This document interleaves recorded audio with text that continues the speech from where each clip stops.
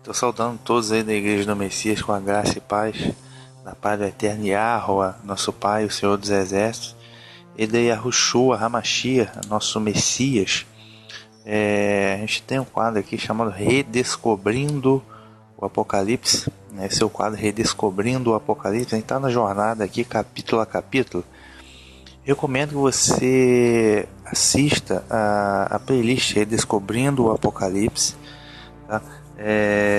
Aqui no link da descrição do vídeo tem também a verdade acerca do arrebatamento, tá? Tem a playlist também sobre o arrebatamento, também na descrição do vídeo sobre as 70 semanas do livro de Daniel capítulo 9 são fundamentais também, tá?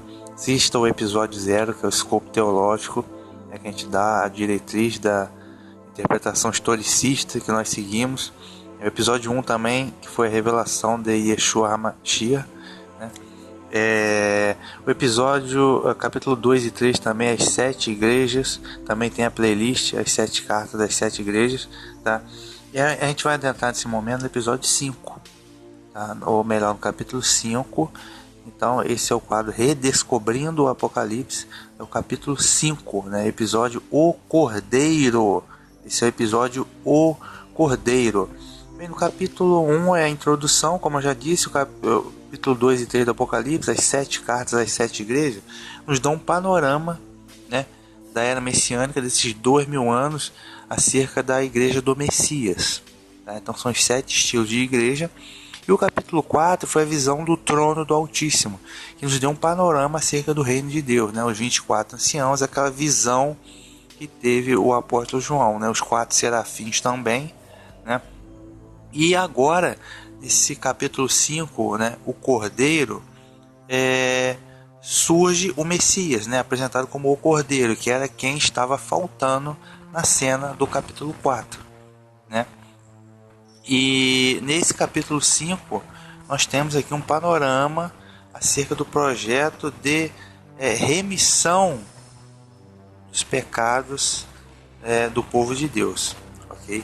Esse episódio apresentar o Cordeiro e nos dá um panorama acerca da remissão, da expiação dos pecados do povo de Deus. Ok? Então vamos lá ler verso a verso. Apocalipse capítulo 5, a partir do verso 1 diz assim, ó: Vi depois um livro na mão direita daquele que estava assentado no trono. Vi depois um livro na mão direita daquele que estava sentado sobre o trono. Quem é o que estava sentado sobre o trono? Vide o capítulo 4. O Altíssimo, o Pai, o Todo-Poderoso, Yahweh, Senhor dos Exércitos. Ok? Pois bem, então é o mesmo que está sentado no trono no capítulo 4, óbvio. Verso 2. Era um livro, ainda no verso 1 na verdade, era um livro escrito por dentro e por fora. Estava lacrado com 7 selos. Era um livro escrito por dentro e por fora. Estava lacrado com 7 selos. Bem, esse livro, que na verdade é um rolo, né? Naquela época não tinha livro do jeito que a gente conhece agora. Era um rolo. A gente faz lembrar lá do profeta Ezequiel, capítulo 2. Ezequiel, capítulo 2, verso 9 e 10, diz assim, ó: Então vi e eis que uma mão se estendia para mim, e eis que nela estava um rolo de livro. E estendeu-o diante de mim, e ele estava escrito por dentro e por fora. E nele se achavam escritas lamentações, suspiros e ais. Então a mesma coisa, o profeta Ezequiel aqui, ele viu na visão um rolo de livro, né, que estava escrito por dentro e por fora, né, completamente escrito. E só que nesse livro do profeta Ezequiel que ele viu, achava escrito lamentações, suspiros e ais. E o profeta Ezequiel anunciou o julgamento, o juízo do Eterno que viria sobre a casa de Israel.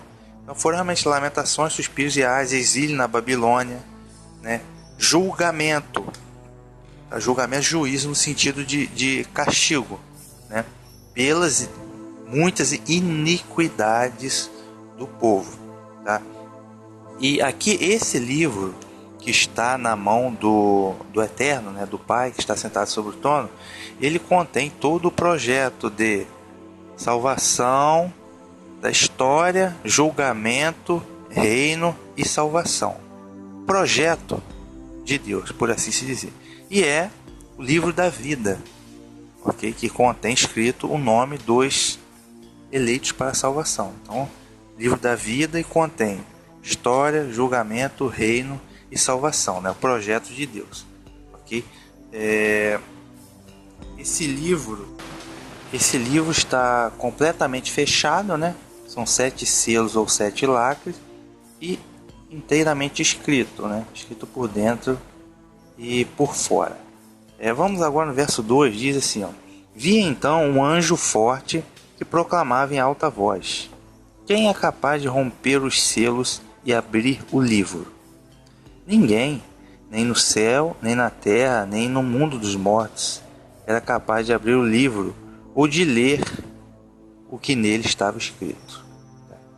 Eu chorava muito, porque ninguém foi considerado capaz de ler o livro. Então esse é o verso 2 até 4. Tá? O que acontece? Foi indagado aqui quem é capaz de romper os selos e abrir o livro. Verso 3. Ninguém, nem no céu, nem na terra, nem no mundo dos mortos, era capaz de abrir o livro ou de ler o que nele estava escrito. Por quê?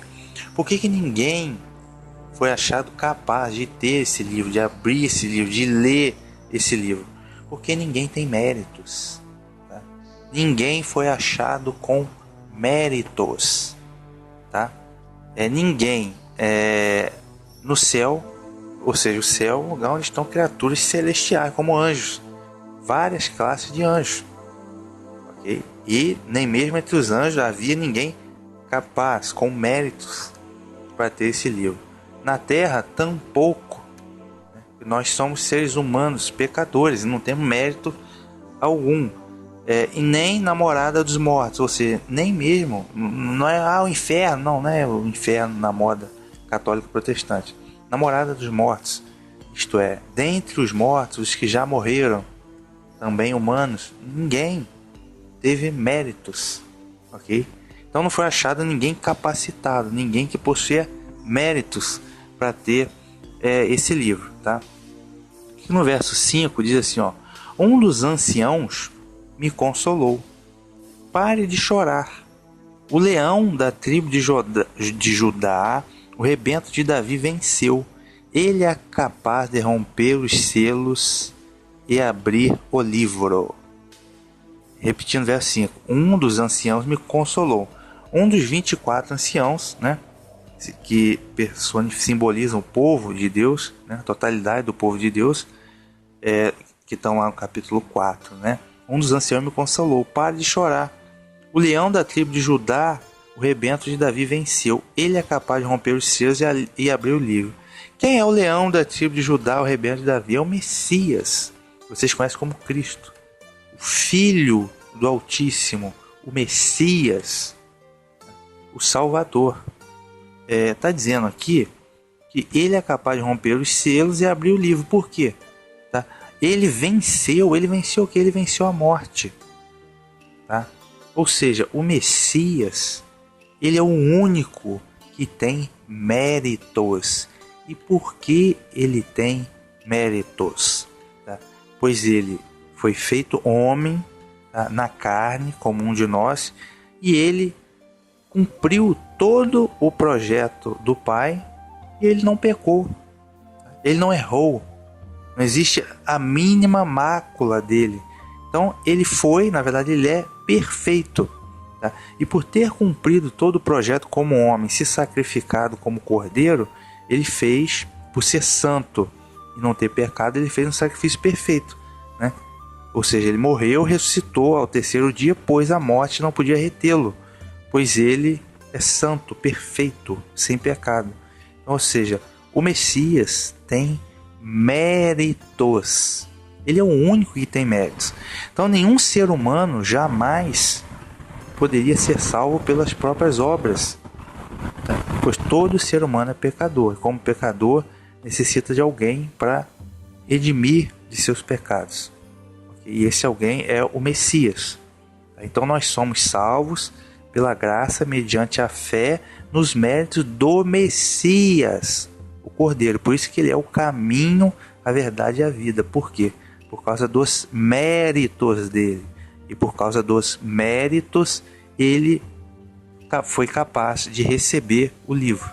Ok? É isso que ele quer dizer. Leão da tribo de Judá, rei de Israel, descendência de Davi da tribo de Judá, casa de Israel, o Messias. Tá? Vamos a partir do verso 6 então. De fato, vi um cordeiro, estava entre o trono, com os 4 seres vivos e os anciãos. Estava de pé como que imolado. O cordeiro tinha 7 chifres e 7 olhos, que são os 7 Espíritos de Deus enviados por toda a terra. Então aqui ele é apresentado, ó, repetindo o verso 6. De fato, vi um cordeiro, estava entre o trono com os 4 seres vivos e os anciãos. É o mesmo trono que a gente viu no capítulo 4. O trono do Altíssimo o Pai, os 4 seres vivos, os 4 serafins, né, e os 24 anciãos, que simbolizam aqui o povo, a totalidade do povo do Eterno. Tá? Então o cordeiro estava de pé como que imolado. Imolado quer dizer sacrificado, né? Colocava o cordeiro de pé para sacrificar, né? É assim que sacrificava o cordeiro. Ou seja, quer dizer que o cordeiro, o Messias, o leão da tribo de Judá, rebelde de Davi, ele se sacrificou. Tá? Sacrificou no Calvário. Foi imolado. O cordeiro tinha 7 chifres. 7 chifres. É plenitude de poder. Plenitude de autoridade. No final do Evangelho de Mateus, né, ele diz, né, quando ele apareceu aos seus discípulos ressurreto: eis que me é dado toda a autoridade no céu e na terra. Okay? Então é plenitude, esses 7 chifres. O chifre indica sempre poder e autoridade. Então os 7 chifres são plenitude de autoridade que foi dada a ele. Justa por quê? Porque ele tem méritos. E porque ele é o Filho divino, Filho unigênito do Altíssimo. E 7 olhos que são os 7 Espíritos de Deus enviados por toda a terra. Bem, lá no capítulo 4 a gente viu as 7 lâmpadas que estavam diante do trono, que são os 7 Espíritos de Deus enviados por toda a terra, ou seja, a plenitude das virtudes, tá, do Espírito do Altíssimo. Tá? Então o cordeiro que tem 7 olhos, que são os 7 Espíritos de Deus, ou seja, ele tem a plenitude das virtudes, tá, do Espírito de Deus, ou seja, sabedoria e por aí vai. Tá? Interessante nessa parte a gente dá uma olhada também lá em João. Então João capítulo 3, verso 34, falando acerca do próprio Messias mesmo, diz assim: de fato aquele que Deus enviou, né, o seu Filho, fala as palavras de Deus, porque Deus lhe dá o Espírito sem medida. Ou seja, Deus lhe dá o Espírito sem medida, ou seja, na sua totalidade. Da totalidade. No caso aqui, o Espírito de sabedoria e entendimento, né? Pois o Messias revelava as coisas de Deus. Okay? Então, ou seja, o Cordeiro tem a plenitude das virtudes, tá, do Espírito de Deus. Aqui, Espírito o Santo, ou Espírito do Santo, que é a tradução correta, apresentado como 7, não como um, não como uma terceira pessoa de uma pseudo-trindade, isso é heresia. Tá? Mais uma vez apresentado como 7. Verso 7 diz assim, ó: então o Cordeiro veio receber o livro.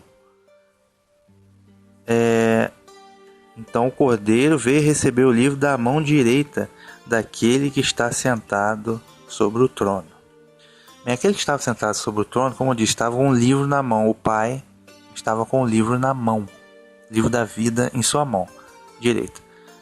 O único que possui méritos para ter conhecimento desse projeto foi seu filho, né, o Messias. E ele veio e tomou o livro da mão daquele que estava sentado no trono.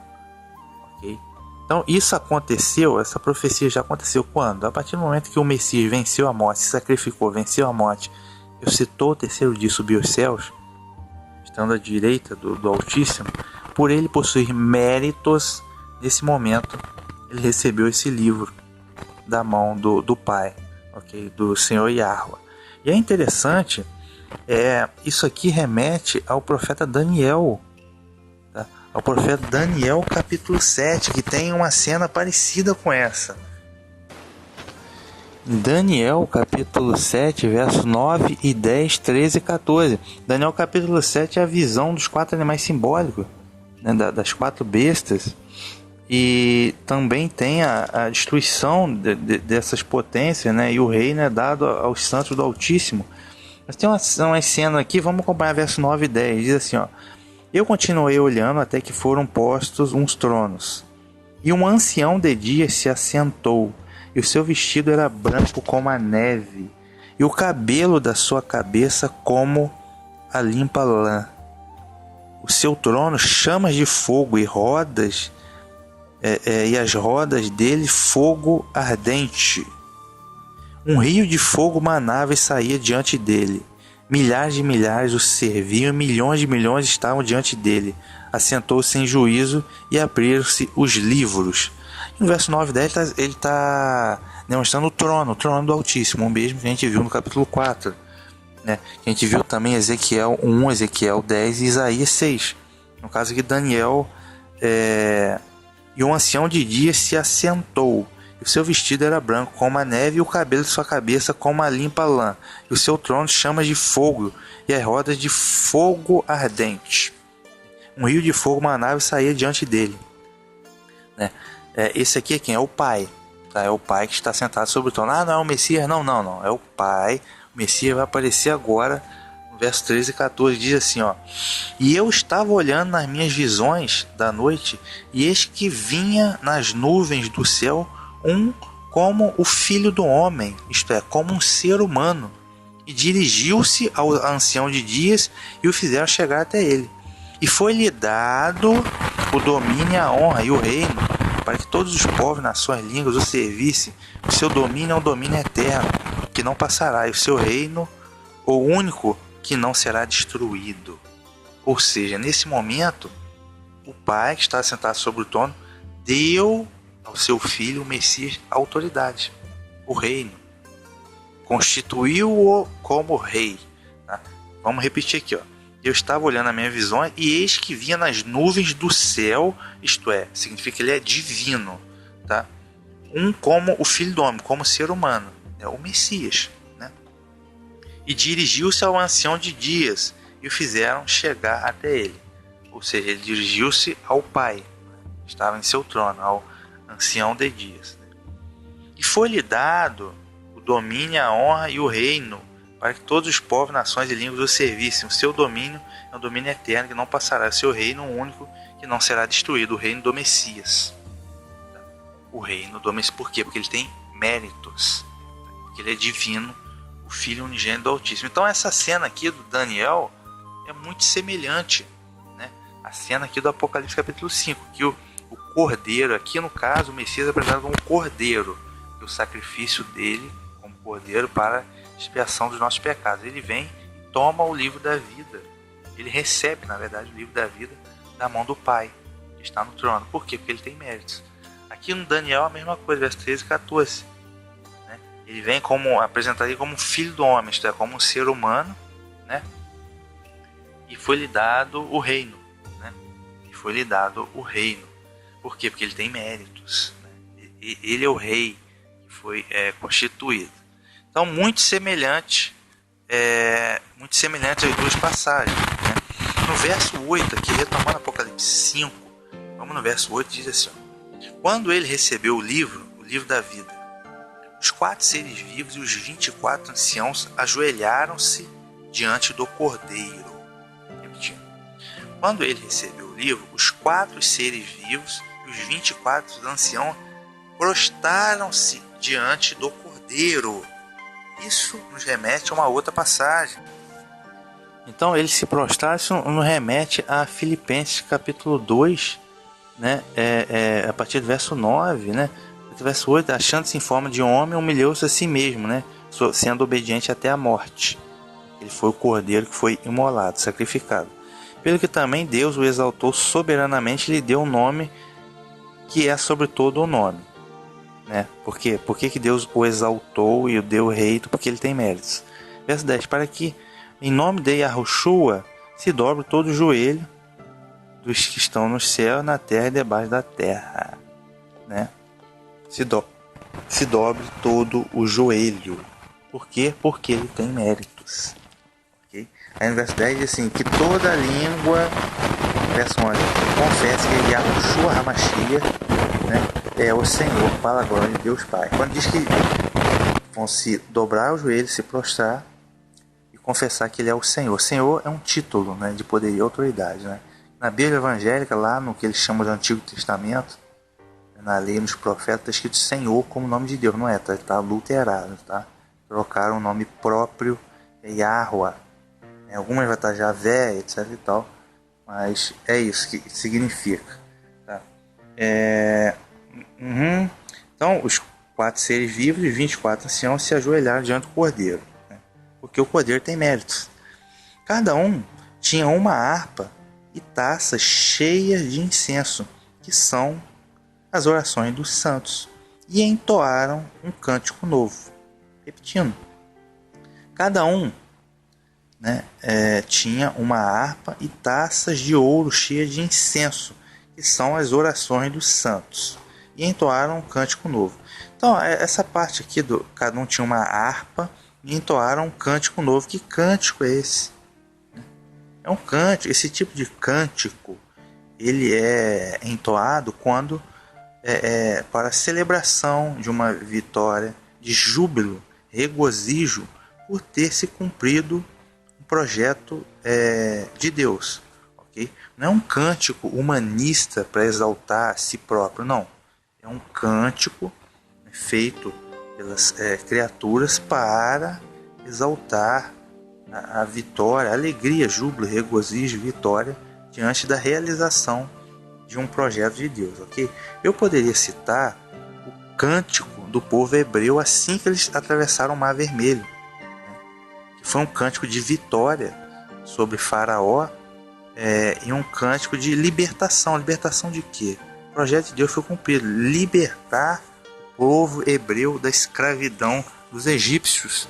Esse cântico está lá em Êxodo, capítulo 15, verso 1, 20 e 21, que eu vou ler agora. Que diz assim, Êxodo 15, né? Então cantou Moisés e os filhos de Israel este cântico ao Yahweh, e falaram dizendo, cantarei a Yahweh, porque sumamente se exaltou, né? Lançou no mar o cavalo e o seu cavaleiro. Aí no verso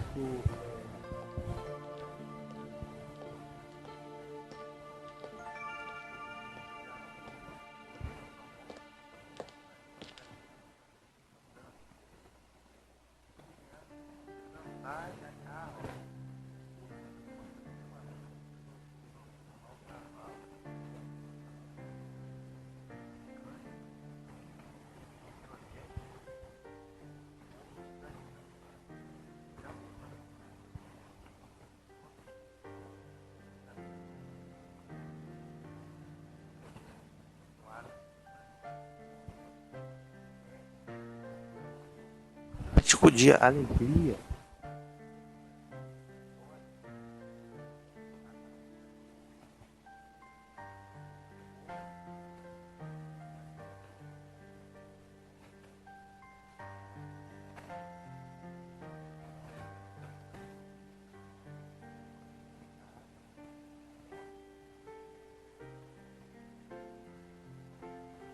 Do vindouro, ok? Então perceba como tem uma relação, né, espiritual lá com o cântico que foi feito por Moisés e os hebreus, ok? Outro exemplo de cântico também, Lucas capítulo 1, verso 46 a 55, foi o cântico de Maria, né? Quando Maria estava grávida, né, do Messias, ela foi visitar sua prima Isabel e ela, cheia do Espírito Santo, ela entoou esse cântico. Porque o projeto de Deus se cumprindo, né? O Messias estava prestes a nascer como um ser humano, filho do homem. Okay? O Messias era chegado. E ainda em Lucas capítulo 1, verso 67 até 79, foi o cântico de Zacarias, né?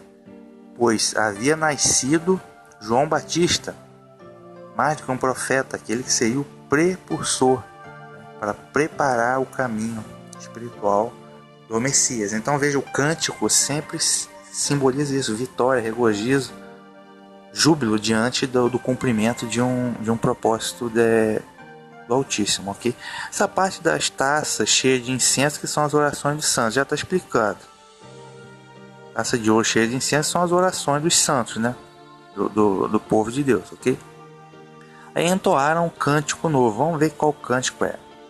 Tu és digno de receber o livro e abrir seus selos, porque foste imolado, né? Sacrificado, e com teu sangue adquiriste para Deus homens de toda tribo, língua, povo e nação. Deles fizeste para o nosso Deus um reino de sacerdotes, e eles reinarão sobre a terra. Então, repetindo aqui, tu és digno de receber o livro. Por quê? Porque ele tem méritos, o Cordeiro, né? E com teu sangue foste imolado, e com teu sangue adquiriste para Deus homens de toda a tribo, língua, povo e nação. Ou seja, com o sacrifício do Messias, né? É o sangue da nova aliança, nova e eterna aliança. Ele adquiriu para o Altíssimo, né, Yahweh, pessoas de todos os povos, tribo, língua, nação, todos os povos. Aí é a eleição pela fé. Eleição pela fé de todos os povos, pessoas de todas as nações vão ser salvas. Muitos virão do Oriente e do Ocidente, né, pela fé. Fé no sacrifício, nos méritos do Messias, ok? E deles fizeste para o nosso Deus um reino de sacerdotes, né? E eles reinarão sobre a terra. Quando diz que eles reinarão sobre a terra, aí cabe lembrar que a turma do arrebatamento, nessa coisa toda, cabe lembrar que tem uma nova terra, até Apocalipse 21 e 22, novo céu e a nova terra. Então, existirá sim um arrebatamento, ok? No entanto, a morada eterna é na terra, na nova terra. Na nova terra, ok? Então, assista a playlist O Arrebatamento, aí está tudo explicado lá, ok? Então, esse primeiro cântico foi do cântico dos os 4 seres vivos, né, que representam os 4 serafins que sustentam o trono, simboliza também todas as criaturas, e os 24 anciãos, né, que representam a totalidade do povo de Deus. Okay? E no verso 11: em minha visão, ouvi ainda o clamor de uma multidão de anjos em volta do trono, dos seres vivos e dos anciãos. Eram milhões e milhões e milhares de milhares que proclamavam em alta voz. Então agora, aí vem o segundo cântico. Esse segundo cântico de júbilo, ele é feito por anjos. Aí, atenção, em minha visão, ouvi ainda o clamor de uma multidão de anjos em volta do trono, dos seres vivos e dos anciãos. Eram milhões de milhões, milhões e milhões, e milhares de milhares que proclamavam em alta voz. Retomando aqui essa questão dos anjos aqui, é interessante a gente voltar no profeta Daniel, capítulo 7 e verso 10, que cita isso, né?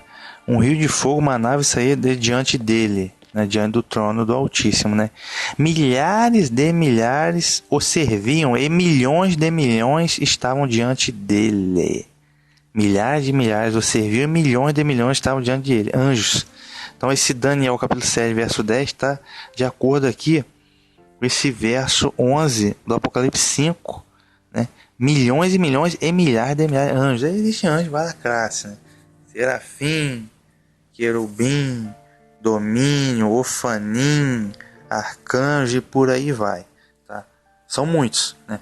Eles entoaram um outro cântico que diz assim, ó, verso 12, né? Diz assim, ó: o cordeiro imolado é digno de receber o poder, a riqueza, a sabedoria, a força, a honra, a glória e o louvor. O cordeiro imolado, sacrificado, é o que é digno de receber o poder, riqueza, sabedoria, a força, a honra e o louvor. Por que ele é digno de receber o poder, a riqueza, sabedoria, a força, a honra, a glória e até mesmo o louvor.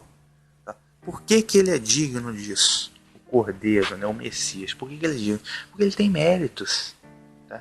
Ele tem méritos para isso. O sacrifício dele foi um sacrifício perfeito, porque ele não pecou, não errou, como ser humano, na fraqueza da carne, perfeito. Perfeito, impecável. Então ele fez um sacrifício perfeito. Tá? Então, simplesmente porque ele tem méritos. Por isso que ele é digno de receber o livro da vida. Por isso que ele é digno de ser o rei, de ter toda a autoridade no céu e na terra. Porque ele tem méritos. Ok? Na verdade, todas as coisas foram criadas por intermédio dele e para ele. O eterno Yahweh, o Pai, fez tudo, tá? Justamente para seu filho, ok?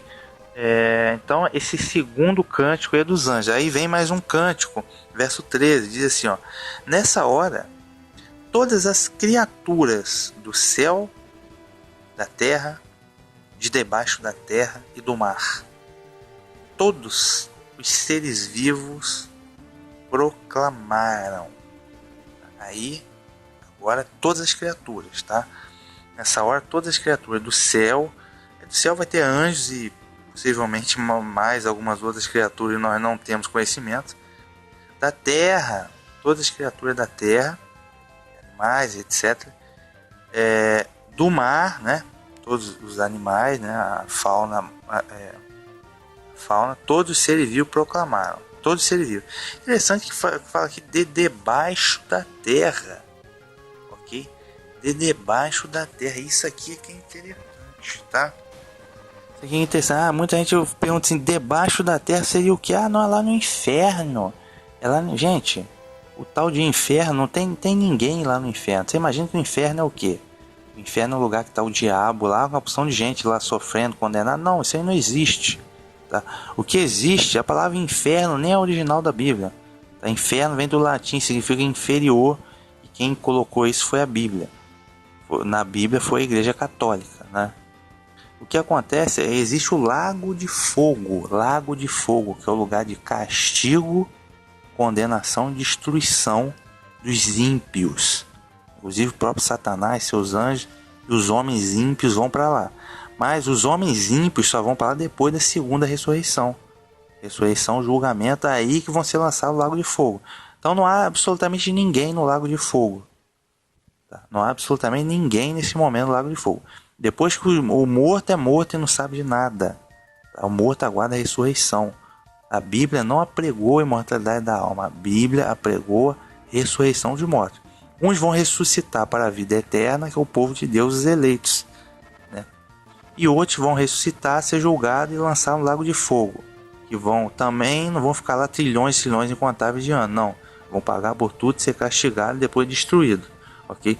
Então esse debaixo da terra aqui não está falando do inferno não. Tá? Ou seja, o lago de fogo agora está vazio. Tá?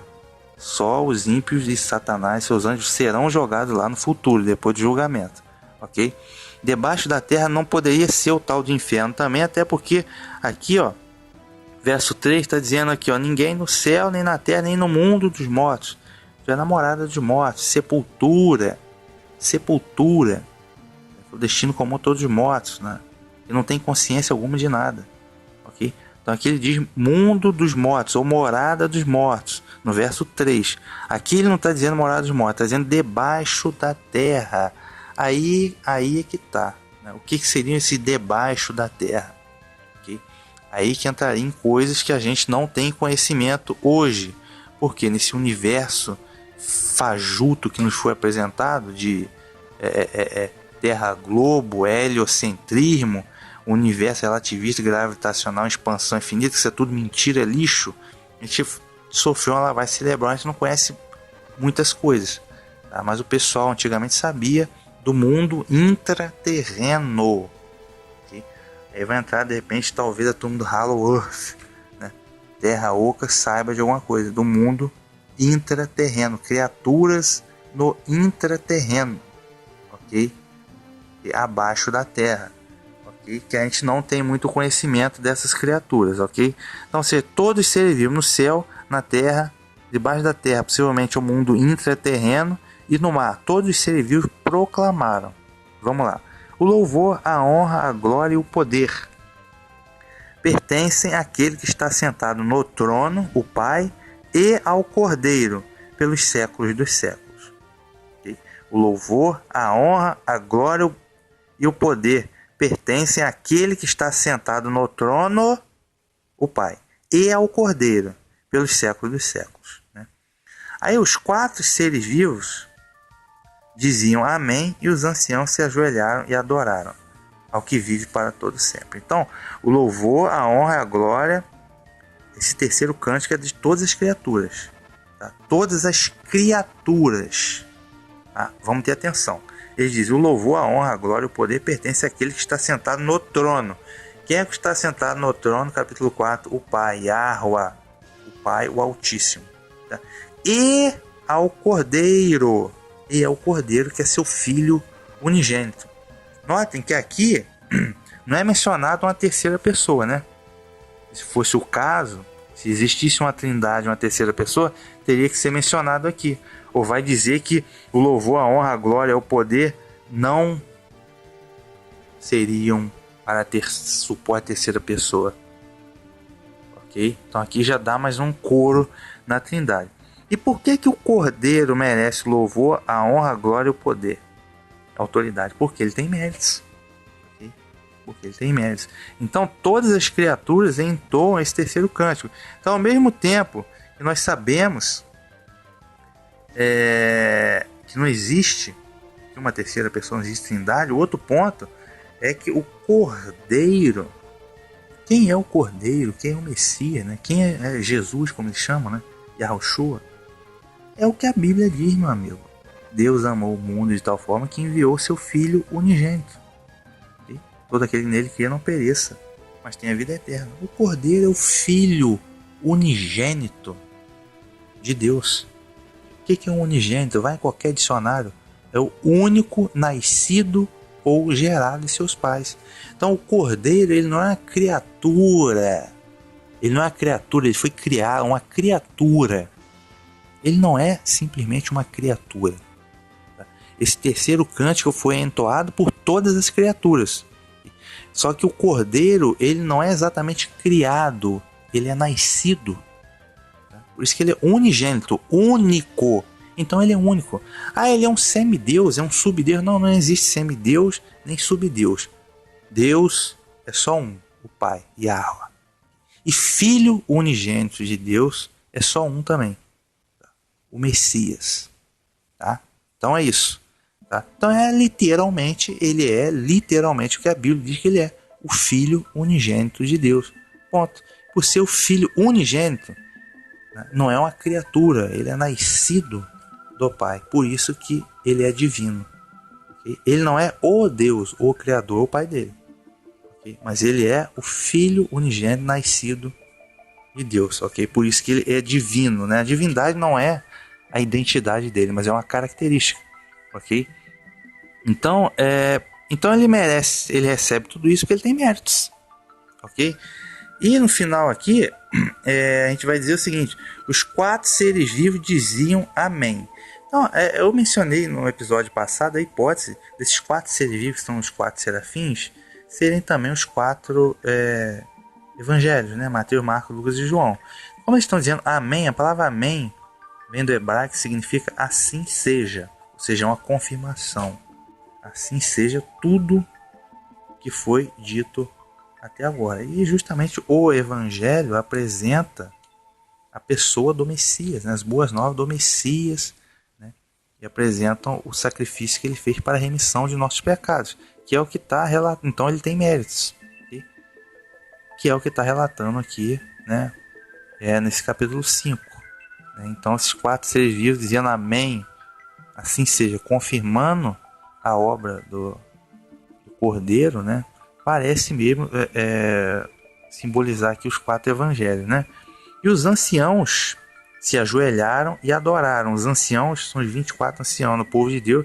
E Engraçado que eu tô com a Bíblia Católica diz assim, e os anciãos se ajoelharam e adoraram.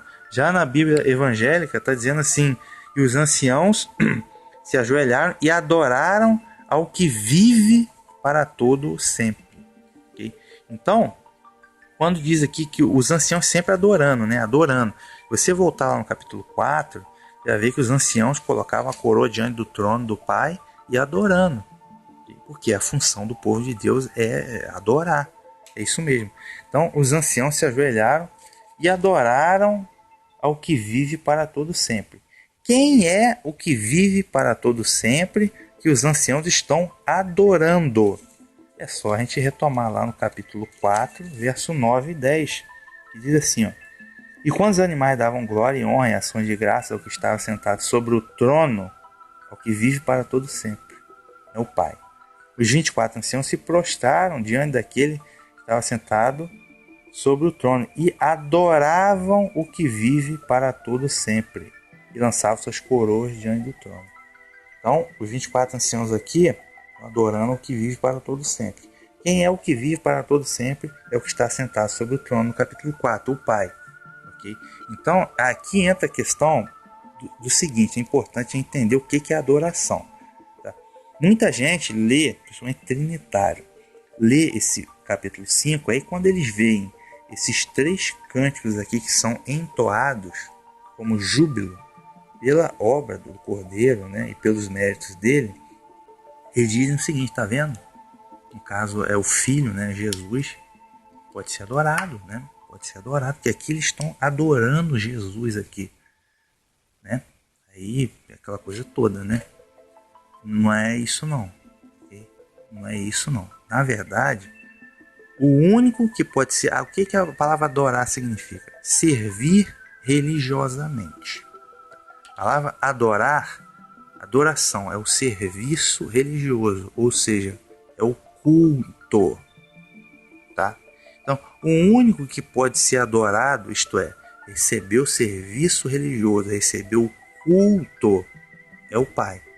É o único, adoração exclusiva ao que vive para todo sempre. Okay? Ponto. Agora, o Cordeiro, né, que é o Filho unigênito, por ele ter méritos, é que ele merece. Por quê? Porque ele é o único que tem méritos. Ele merece poder, riqueza, sabedoria, força, honra, glória e louvor. Por quê? Porque ele tem méritos para isso. Ninguém mais tem mérito, né? Imagina o melhor de todos os anjos, Serafim, lá o bonzão. Serafim, o top dos anjos. Não tem mérito. Ser humano, então, nem se fala, não tem mérito nenhum. Arcanjo não tem mérito, o único que tem mérito é o Cordeiro. Por isso que ele merece tudo isso. Okay? Então, tudo isso é devido ao Cordeiro, né? Ao poder, riqueza, sabedoria, força, honra, glória e louvor. Isso é devido ao Cordeiro. Por quê? Porque ele tem méritos. Ele merece isso. Okay? Ele é o único que merece. Então veja que todo o projeto do Pai, de Deus, tem sua realização, tem como a pedra angular o Messias, seu Filho unigênito. Ok? Então, ele tem méritos, então ele merece tudo isso. Porém, a adoração, que é o que? O serviço religioso, o culto, só é devido ao Pai, Yahweh. Ok? Caso fora disso, é falsa adoração. Okay? Inevitavelmente. Tá? Então o Cordeiro merece tudo isso, ok? Então eles estão adorando o Cordeiro? Não, eles não estão adorando o Cordeiro aqui. E a adoração é o culto, é o serviço religioso. Aqui eles estão entoando os cânticos, ok? E dizendo tudo que o Cordeiro merece. Por quê? Porque ele tem méritos mesmo. Okay? Isso é fato, ok? Então, gente, é isso. Esse episódio, capítulo 5, muito interessante. Eles não dá esse panorama acerca da obra de remissão dos pecados do povo de Deus, né? Apresentando aqui o Messias, apresentado como Cordeiro, que se sacrificou para a remissão de nossos pecados. Okay? muito interessante. Acessem a playlist Redescobrindo o Apocalipse. O próximo episódio. Bem, fiquem todos aí com a Shalom e irei pronunciar a bênção, né, sobre todos aqui que estão ouvindo esse áudio aqui. Irei pronunciar a bênção, tá? Yahweh te abençoe e te guarde. Yahweh faça resplandecer o seu rosto sobre ti e tenha misericórdia de ti. Yahweh sobre ti levante o seu rosto e te dê a paz. Um grande abraço. Pois é, pessoal, vale até um adendo acerca do Apocalipse 5, verso 2, que diz assim: vi então um anjo forte que proclamava em alta voz: quem é capaz de romper os selos e abrir o livro? É difícil identificar quem é exatamente esse anjo forte, mas aí do grego angelos não significa necessariamente um anjo ser celestial, né? Um ser celestial, mas um mensageiro, que é o que significa angelos, mensageiro. Então esse mensageiro pode ser uma pessoa, um ser humano, uma missão espiritual especial, ou pode ser um grupo de pessoas, né? Então, como esse anjo forte proclamava: quem é capaz de romper os selos e abrir o livro? Quem foi capaz de romper os selos e abrir o livro foi o Cordeiro. Quem veio preparar o caminho do Cordeiro foi João Batista. João Batista, uma pessoa com uma missão espiritual especial, né? Eis que, como diz o profeta, eis que envio na minha frente o meu anjo para preparar o caminho. João, com a virtude de Elias, o próprio Messias disse sobre ele: mais do que um profeta, ele é o Elias que deveria vir. Dos homens nascidos de mulher, ninguém foi maior do que João Batista. Então, por isso, um anjo, um mensageiro forte, ok? E ele veio para preparar o caminho. Ele disse, né? Ele mesmo disse: eis o Cordeiro de Deus, eis o que tira o pecado do mundo. Então ele veio para preparar o caminho para o Cordeiro. Então ele bradou, né, em alta voz, né, no deserto: eu sou uma voz que clama no deserto. Então ele se manifestou, começou a batizar para que o Messias se manifestasse em seguida, ok? E a possibilidade de ser grupos de pessoas também. É curioso que o João Batista, uma voz que clama no deserto, ele esteve no deserto. E pela história judaica, ele esteve sob o cuidado do grupo chamado Essênios. Os Essênios eram uma seita judaica, dentre várias, né? E os Essênios se refugiaram para o deserto. Por quê? Porque eles achavam o sistema dos saduceus, do templo, da sinagoga dos fariseus, achavam contaminado e corrupto.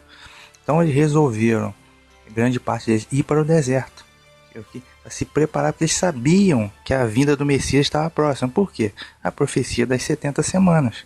Né? Então eles sabiam, então eles foram para o deserto para se preparar. Eles eram extremamente zelosos na Torá, ok? Ao ponto de que alguns deles sequer faziam necessidades fisiológicas, muitos deles sequer defecavam no dia de sábado, para não ter o trabalho de enterrar lá os seus excrementos. Né? Então eram extremamente zelosos. Então eles foram para o deserto de Qumran, especialmente para se separar mesmo do mundo, para se preparar para a vinda do Messias. Né?